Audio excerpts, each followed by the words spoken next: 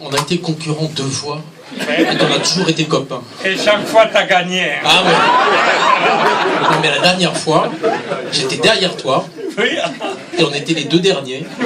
On n'a failli pas être élus, ni toi, ni moi. Brillant.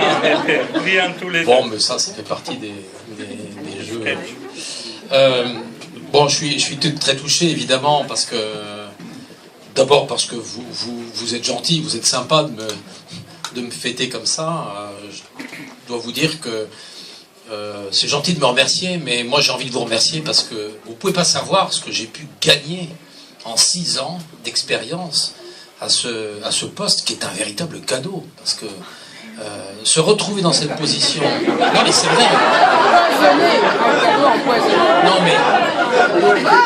Passons sur le temps et les emmerdes, on en a un certain nombre, mais je veux dire, c'est une chance formidable dans une vie que d'avoir ainsi une confiance et d'assumer une telle responsabilité pour laquelle on ne se sent pas toujours d'ailleurs à la hauteur. Je vous le cachais gentiment, mais je le ressentais quand même par moments. Je ne me sentais pas forcément à la hauteur de cette mission à la tête de ce mouvement qui est quand même un mouvement qui a une aura sur le plan national fabuleuse. Moi je le vois, quelques exemples, hein.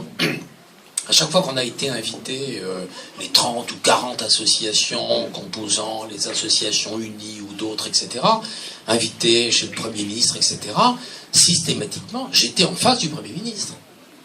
J'ai rien demandé, mais ça veut dire que les personnes qui organisent, je dirais diplomatiquement, la réception des associations considèrent que Emmaüs, c'est une des premières associations françaises. C'est une association qu'on doit reconnaître, honorer, etc.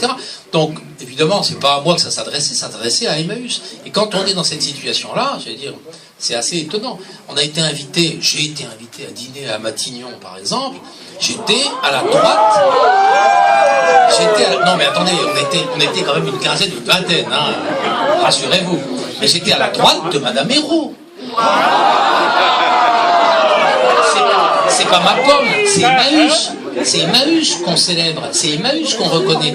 Et pour moi, c'est extrêmement important, enfin impressionnant. Et je voulais vous le dire parce que c'est à vous que c'est dû tout ça. C'est à vous tous que cette reconnaissance est due et à l'histoire de ce mouvement formidable. Je voulais évoquer 2-3 petits souvenirs parce que quand même en 6 ans, on en a quelques-uns. J'ai un grand souvenir, vraiment un grand souvenir.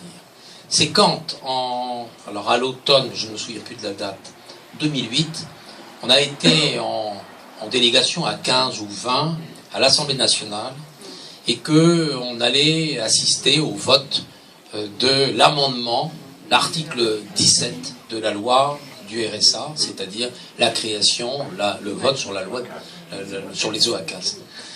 On est arrivé là, et donc, évidemment, ça a été présenté par le ministre de l'époque, à savoir Martin Hirsch, et puis ensuite, c'est un amendement parlementaire porté par Étienne Pinte, qui est actuellement le président du CNLE. Donc, il a présenté son amendement, et donc, on s'attendait à ce qu'il y ait un débat, une discussion entre les parlementaires, oui, là, il y a une virgule qui est mal placée, etc. Qu'est-ce qui s'est passé? Ils se sont levés, tous, et ils ont adopté en applaudissant.